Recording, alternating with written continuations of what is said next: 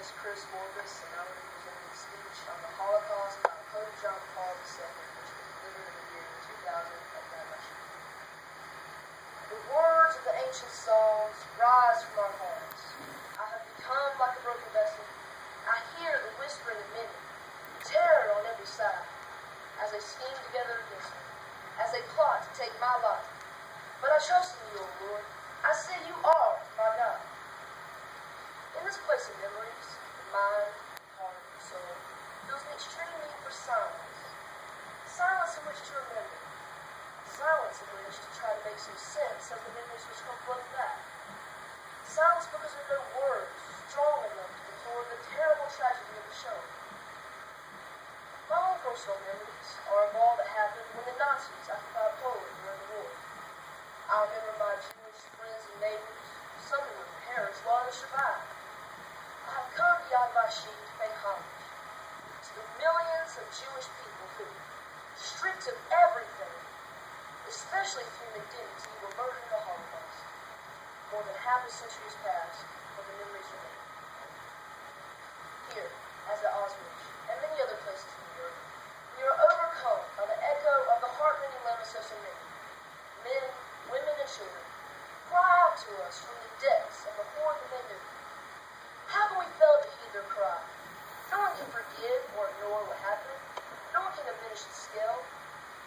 We wish to remember, but we wish to remember for a purpose, namely to ensure that never again will evil prevail, as it did for the millions of innocent victims of Nazi.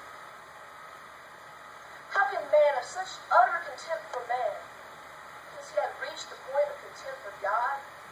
Only a godless ideology could plan and carry out the extermination of a whole people. The honor given to the just Gentiles by the state of Israel at Yad Vashem rather than have to heroically save Jews, sometimes to the point of giving their own life, is a recognition that not even in the darkest hour is everybody extinguished.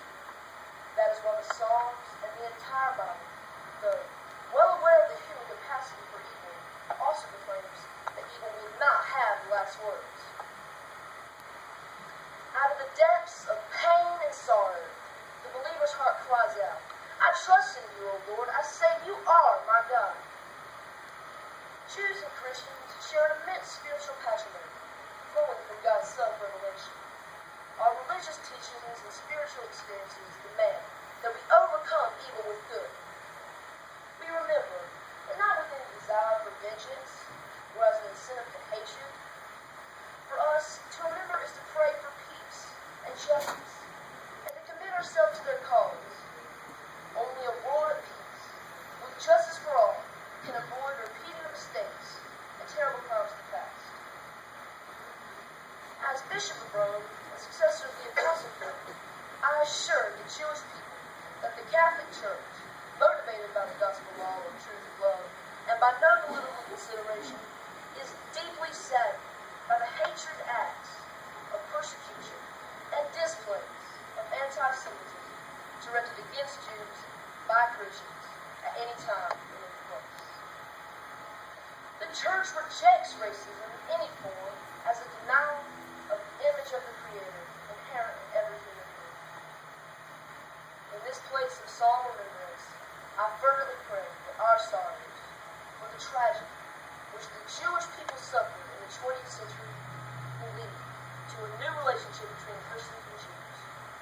Let us build a new future in which there will be no more anti-Jewish feelings among Christians, or anti-Christian feelings among Jews, but rather the mutual respect required of those who adore the one Creator and Lord, and look to Abraham as their common father in faith.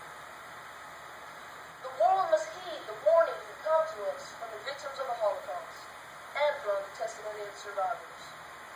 Here, at Yad Vashem, the memories live on and burns itself onto our soul.